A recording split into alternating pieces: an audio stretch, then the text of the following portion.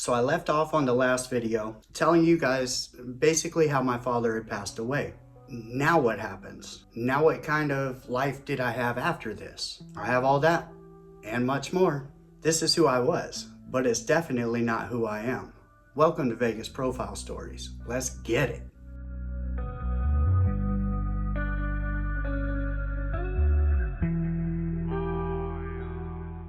So we go to Denver to bury my dad. Like I said, it was an amazing funeral. It made me proud.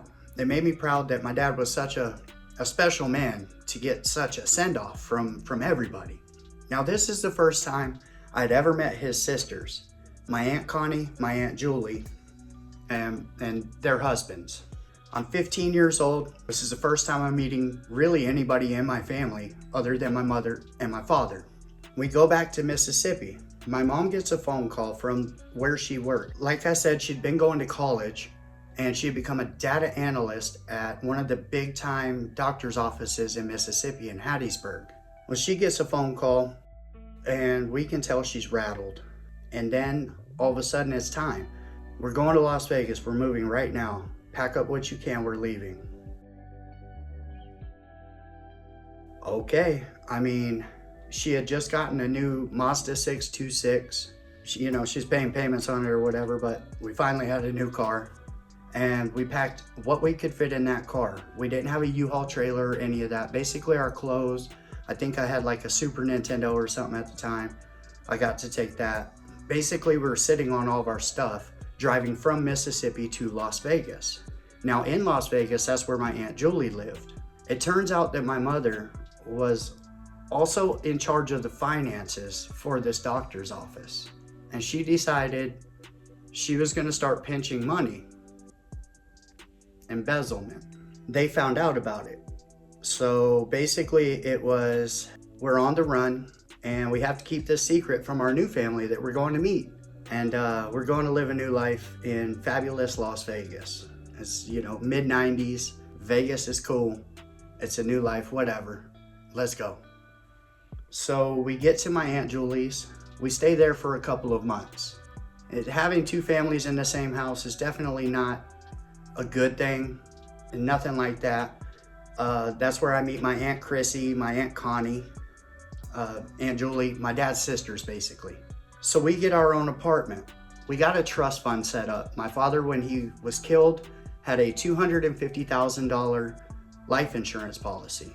Well, it tripled because of the way that he was killed and he was on the job.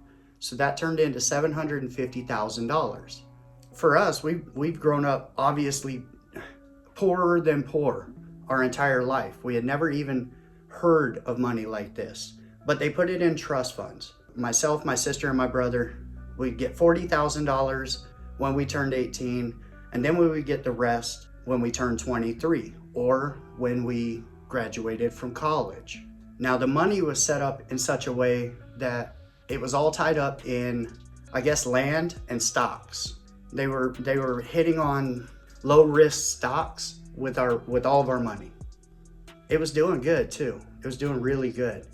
This is when my Aunt Connie moves out from Texas. She lived on a military base. My Uncle Chuck, I guess, her husband was pretty high up in Texas, and they got into a fight one night, and I guess he maybe bopped her up a little bit, played felony patty cake on her.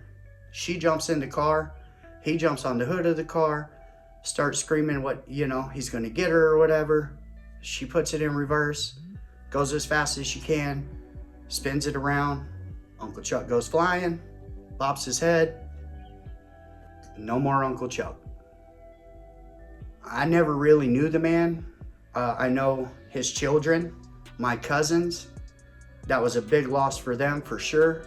They buy a house right around the corner from my Aunt Julie in Summerlin. I mean, they're living the cool life. We have an apartment. It's called Club Pacific. It's over off like Buffalo and Lake Mead. This is where I meet Anaheim. This is where I meet Doc. My oldest friends from Las Vegas. We all lived in the same area. Now this is also when I met A-Train. Now I've spoken about A-Train before, obviously. A-Train is my dearest friend in the entire world. We have literally gone through everything together. And that's not a shot at Doc or Anaheim either. We are all still really good friends. It's just me and A-Train, we bonded, and we bonded on bad stuff, stealing cars, robbing houses. We were just the two craziest of the bunch. A-Train hung out in the neighborhood. The neighborhood is off of Alta and Buffalo, right? We grew up over there. That whole neighborhood, it was just a bunch of psychopaths. I mean, this is where the Flanor family, this is where I would eventually meet my first wife, my ex-wife, Amy. There was a lot of illicit medicines happening at the time. There was a lot of crime going on, but I just felt like finally a part of something, right? This is when they started raiding us for the illicit medicines. This is when they started coming after us because of robbing cop cars, and we were just doing the wildest things. And this is when we first got arrested. I got arrested the first time with A-Train. We had stolen 2 cars. A-Train tried to mow down one of the police officers on the getaway. I was actually in my own car at the time, and multiple cops pulled over multiple cars. I've told that story with Scotty jumping out of my car acting a fool. The way it works out, me and A-Train, we were barely adults. We were barely 18 at the time, so obviously you're going to Clark County Detention Center. The others were still underage. They were 17, so they got released to their parents. This is the first time I get arrested ever. For that case, I got like probation on at first they had charged me with like grand larceny or something like that. It wasn't bad. I had a don't get in trouble type of probation going on. If we don't see you for the next 2 years, you're off, you're fine. You don't have to check in, none of that, right? Informal probation, totally cool. This is when Barry Levinson's the one who set that up for me. If you haven't watched the Barry Levinson story, that's my lawyer who died in federal prison. It's a crazy story in itself. Now this happens to be my senior year in high school also. This is when we get into it. I was robbed at gunpoint by a group of guys over by the apartments. That's where they got me, right? They caught me slipping. They robbed me of some stuff. Well, it snowballed from there. We caught them slipping over at the Santa Fe parking lot, boo-bopped a couple of them up. Then they said, okay, well, we're gonna get your brother. By now, Brandon had gone to live with my Aunt Connie. They didn't want him around me because I was just too wild. I was doing too much. I understand it. We get a phone call. They're coming for Mike and they're coming for Brandon at Cimarron High School. We go to protect my brother. We end up getting into a shootout in the parking lot. Not my best time in life, but there was 20 of them. They pinned us in. What's the point in having stolen pow-pows on you if you're not going to use them to protect yourself against 20 people? Now, I would never have even gone there, but back then, it was balls to the wall.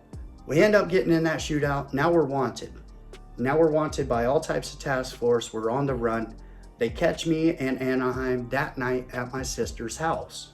Now, obviously we tell them, hey, we were protecting ourselves. These dudes, they surrounded us. What are we supposed to do? Anaheim gets released. They do not arrest me right away. Now, I figured, all right, they didn't arrest me. Maybe they're buying, my story, right? Maybe it is self-defense. No. They knew A-Train was on the run. They also knew that we were out robbing all types of schools at the time. We were breaking into schools. It was just everything that you don't want your kids to be doing, we were out there doing for sure. We were being big time scumbags, and there is no glory in it. Basically, they were using me as the bait to try and find A-Train.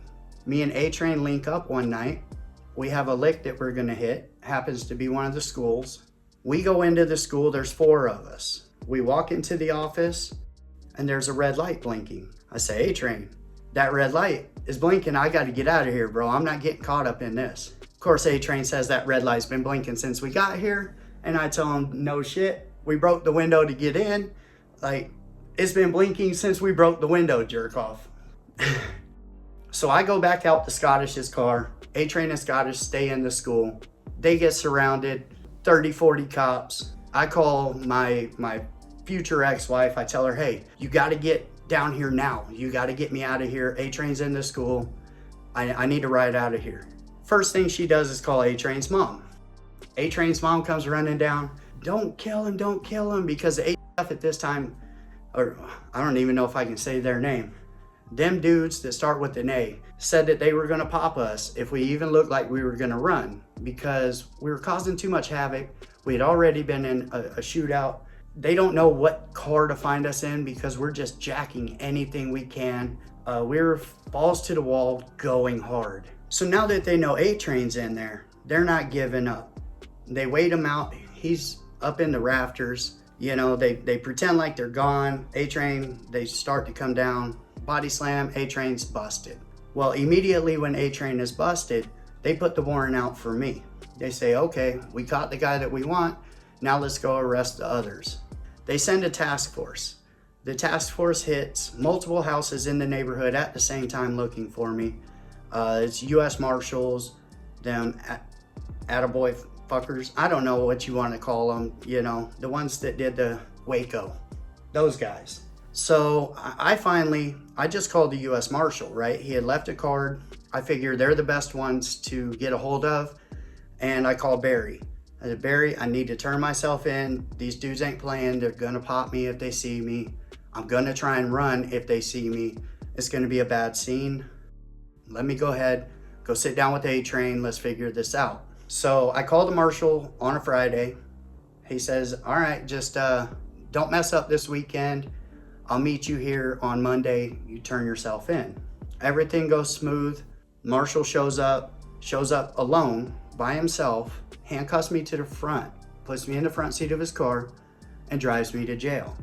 The most decent officer I've ever been around. He did not have an issue. He was not trying to be an asshole to me. Like, the guy was just like, hey, you're in trouble, but it's not life-changing trouble. It's a couple of years changing trouble. You're gonna be fine. So A-Train gets his lawyer to get a deal.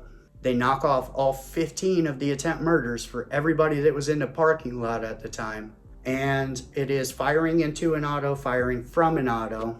A-Train takes the rap, says that me and Anaheim knew nothing about any type of pow-pows in the car. We did not know that he was gonna do it. Like, he just takes the heat because he got a good deal. He had Chip Siegel, one of the premier lawyers. Then I find out Amy is pregnant. She's pregnant with my first son. We have my oldest son, apple of my eye. I love you so much. He's obviously grown now. He's moved on doing his own thing, but I talk to him all the time. So I have my son. So I decide, hey, I'm gonna go straight, right? No more trouble. This is about the only time that I took a break from it, right? I'm gonna be a family man now. I start going to college. I have my trust fund, it's building, you know, paying for rent, paying for this, bills, things like that. Life is actually kind of good. During that time, we lost the Flanors. Like, things were still crazy around us. But I think at that time, hey, I've been through the worst of it. Now it's starting to get better, right? Now, I should have seen the signs when it came to Amy, but I didn't. I got married. It was a bad mistake. I should have never done that. Now, around the same time, my sister gets heavy into illicit medicines. The Walter White. She goes all in, but she has 3 kids. Now, you guys have met Mikey. Mikey has a sister and a brother. I'm not gonna say their names because I don't know if they want me to. She loses them. She gets arrested in a drug bust. She goes to jail. The kids go to Child Haven.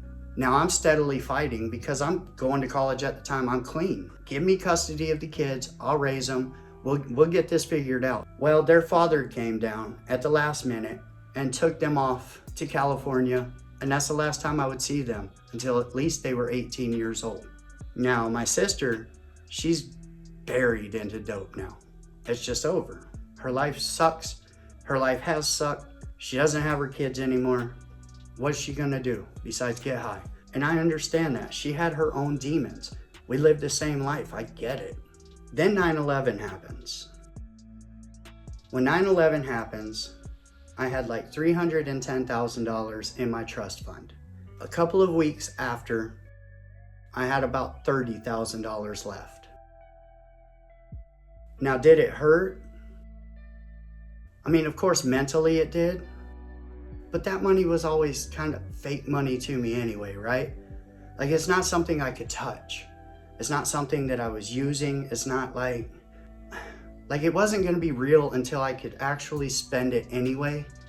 But it really hurt because my dad died for that money, and now it's gone.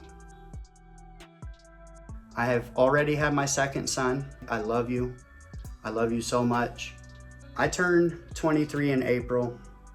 By July, my then wife, well, she wanted a divorce. Out of nowhere. It's like it was almost a money grab. I'm not going to say that it was or wasn't. I'm just saying that the timing was very...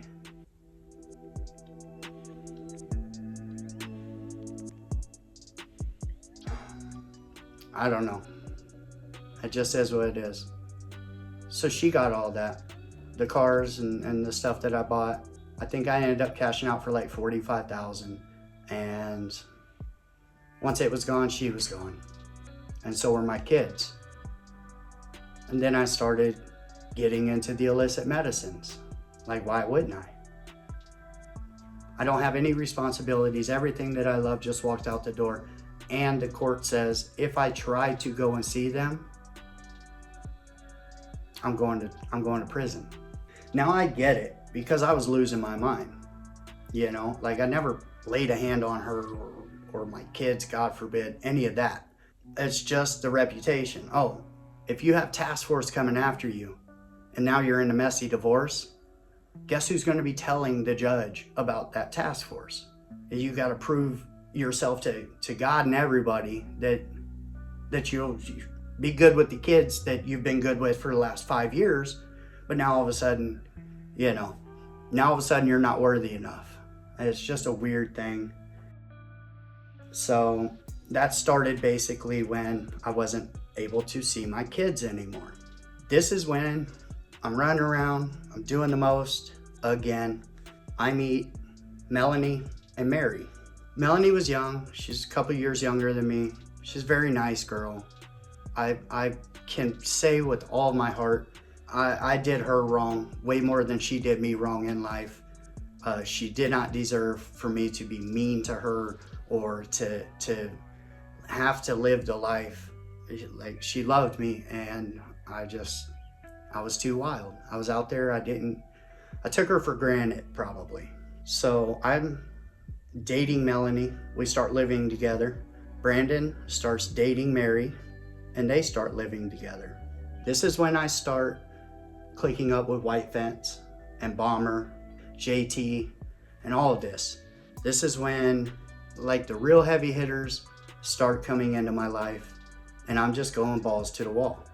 I don't even know why I was doing the things I did, because the money wasn't that great.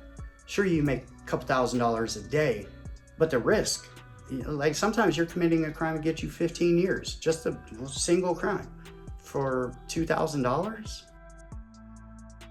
15 years. But I did it because I loved it. And that's a weird thing, like I've never done anything purposefully with hate in my heart, like to somebody innocent, right? But I've always had this I don't give a fuck attitude. Like, I don't know. The person that I had become, it was just crazy. It's so foreign to me now, but it's who I was. It's what built my reputation in the streets. It's what has probably kept me alive for all of these years. I go 0 to 100 really fast and back to 0 when it's necessary. I'm just wild. Or at least I was. I'm not anymore. November of 2005, Brandon has twins with Mary, Emily and Ethan. About a month later, Mary is moving. They're not together, Brandon and Mary, anymore. Brandon gets a phone call. You need to get to the hospital. Ethan's not breathing. He had no way to get a hold of me at the time, or my sister, so he had to ride the bus. the city bus, cross town, get to this hospital, not knowing what's going on with his 1-month-old son, but he's not breathing. When Brandon gets there, he's able to get into Ethan. As Ethan is stroking out on the table, fighting for his life. Now come to find out, Mary had laid Ethan on the bed. Next to Ethan was a plastic garbage bag that she had used to pack whatever she was packing. They say Ethan rolled over into the garbage bag. I don't know many 1-month-olds that roll over. Any way it goes, Ethan ended up suffocating on this garbage bag. But he fought.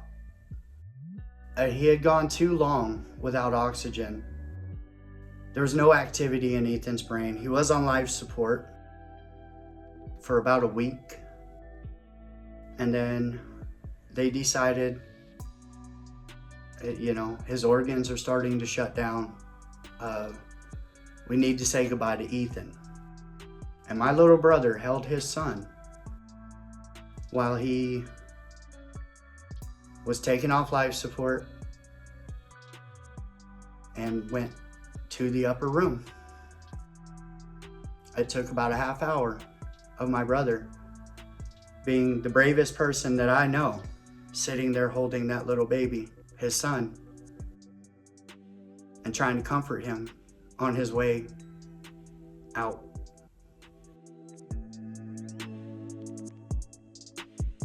Mary was never charged. They called it an accident. Not even with child neglect. Like, my nephew died. And he died because she made a mistake.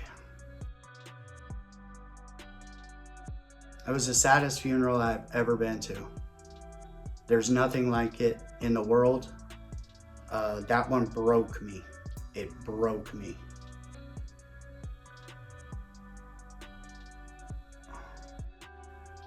I hope nobody ever has to feel that type of pain. After he was gone, me and my brother, we went up to the helicopter pad where you're not supposed to be, but whatever, go fuck yourselves, to have a cigarette.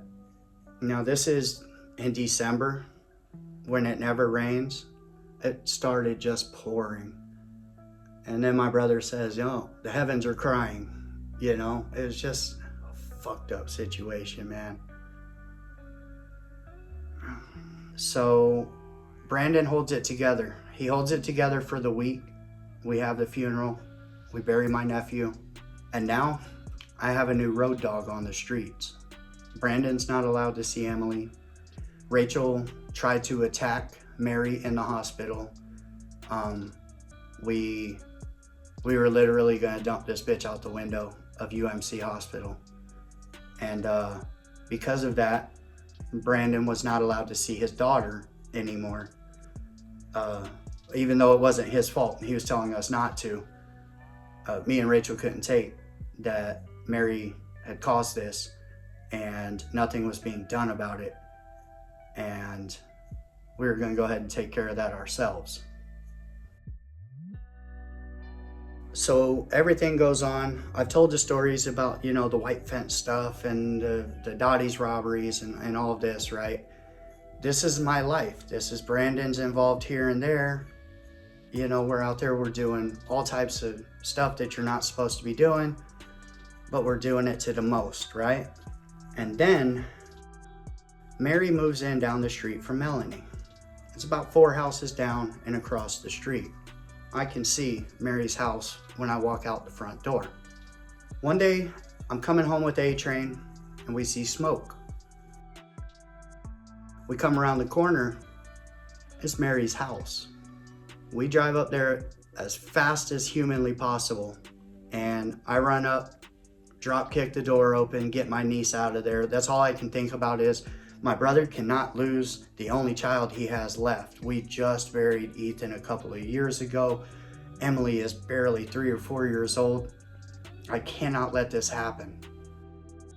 So we get him out, and then miraculously, the next day, I'm able to see my kids again.